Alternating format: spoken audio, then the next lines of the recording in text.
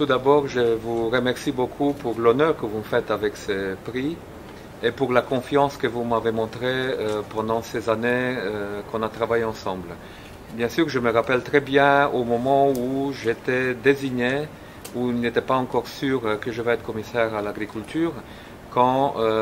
j'avais vu les producteurs laitiers dans la rue, et je me rappelle de toute la situation difficile en 2009, j'ai compris tout de suite, dès mon premier jour de commissaire à l'agriculture, que le secteur laitier devra être un secteur prioritaire pour mon mandat, et surtout que nous devons faire transférer les agriculteurs de la rue autour de la table pour commencer la discussion et trouver des solutions ensemble. On a fait ça pendant ces années. Si en 2009 vous étiez dans la rue pour protester et pour dire votre désarroi et votre désespoir, les choses ont évolué. Bien sûr, sur le secteur laitier, il y a encore beaucoup de choses à faire, mais en tout cas, on peut dire aujourd'hui qu'il y a eu le paquet lait qui a apporté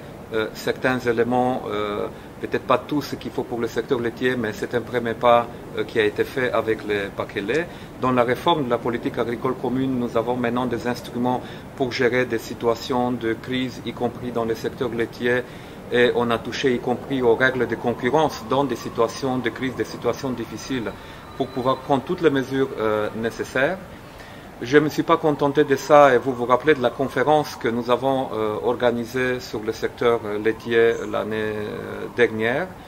Et suite à ça, je suis allé au Conseil et au Parlement en disant que, suite aux conclusions de cette conférence, sans doute ce que nous avons fait jusqu'à maintenant pour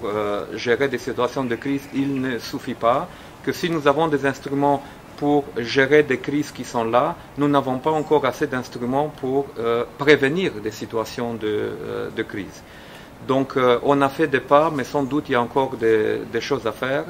Et j'espère que l'équipe qui vient à la Commission, au Parlement, que le Conseil des ministres de l'Agriculture vont comprendre que le secteur laitier doit rester sur l'agenda, que le secteur laitier doit rester un secteur prioritaire pour les préoccupations des politiques, non seulement parce que c'est un produit essentiel de l'agriculture européenne, mais aussi parce que les producteurs laitiers, par différence d'autres producteurs, sont éparpillés un peu partout en Europe, dans des zones plus productrices, mais aussi dans des zones plus difficiles, dans des zones de montagne. On a des grandes exploitations performantes, mais on a aussi des exploitations plus petites qui ne peuvent pas évoluer beaucoup plus du fait de conditions naturelles dans lesquelles ils exercent leur activité, et qu'une politique publique comme la PAC doit prendre en compte tous ces éléments et toutes ces spécificités.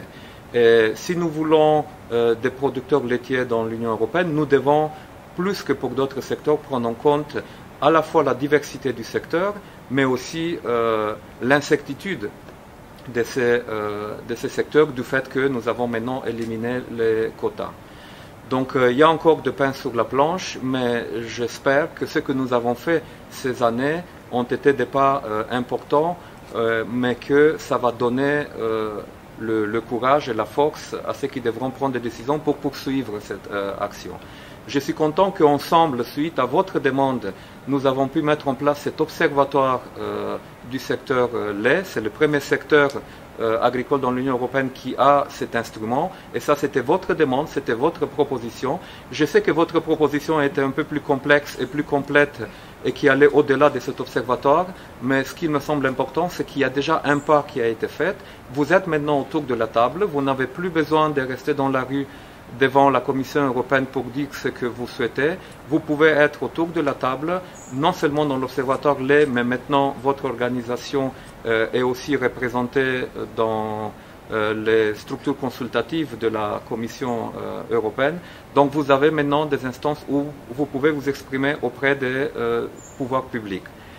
Mais je vous félicite aussi pour ce que vous avez fait aussi pour trouver des solutions économiques aux problèmes auxquels vous faites face. Et la manifestation d'aujourd'hui reflète que, voilà, je l'ai appris, il y a 6 pays qui ont des programmes pour le lait équitable. C'est un début, mais c'est un début qui prouve que ce système peut fonctionner et que malgré toutes les opinions négatives, vous prouvez que les producteurs de lait peuvent aussi se faire entendre par les consommateurs, et par la grande distribution pour trouver des solutions de distribution du lait à un prix équitable. Là aussi, il y a des choses à faire encore dans d'autres États membres, mais aussi avec d'autres types de produits. Donc je vous félicite pour l'activité de pionnière que vous avez fait dans ce sens. Et en tout cas, sachez que peu importe où je vais être, si je vais être en connexion avec l'agriculture, vous aurez toujours en moi un ami et un supporter très optimiste que vous allez pouvoir trouver des solutions et qu'ensemble nous allons pouvoir trouver des solutions. Je souhaite remercier à tous les amis de votre organisation encore une fois pour la confiance que vous m'avez faite et sachez que vous avez devant vous un ami. Merci beaucoup.